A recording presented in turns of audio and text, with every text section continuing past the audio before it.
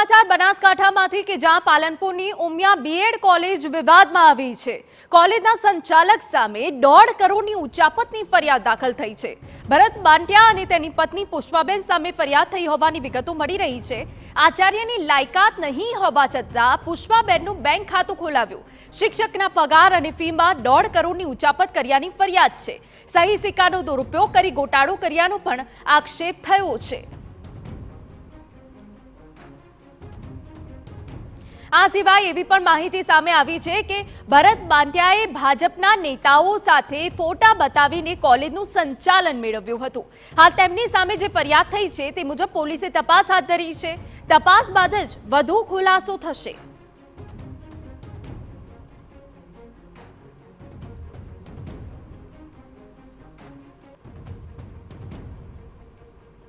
તો કોલેજના સંચાલક સામે પોલીસ ફરિયાદ થઈ છે। ગોટાળાનો આરોપ લગાવ્યો છે।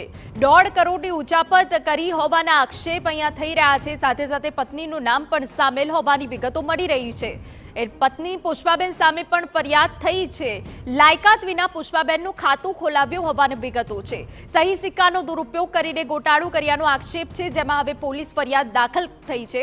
પાલનપુરની ઉમિયા બીએડ કોલેજ જે વિવાદમાં આવી છે, ઉચાપતના કારણે કોલેજના સંચાલક સામે જ 1.5 કરોડની ઉચાપતનો આરોપ છે। ભરત બાંટિયા અને તેની પત્ની પુષ્પાબેન સામે ફરિયાદ છે। અમારા સંવાદદાતા અતુલ ત્રિવેદી વધુ વિગતે વાત કરવા જોડાયા છે। અતુલ, પૂરી વિગત। ચોક્કસ આ પાલનપુરની જે ઉમિયા બીએડ કોલેજ છે ને કોલેજના સંચાલક સામે 1.5 કરોડની ઉચાપતની ફરિયાદ નોંધાઈ છે।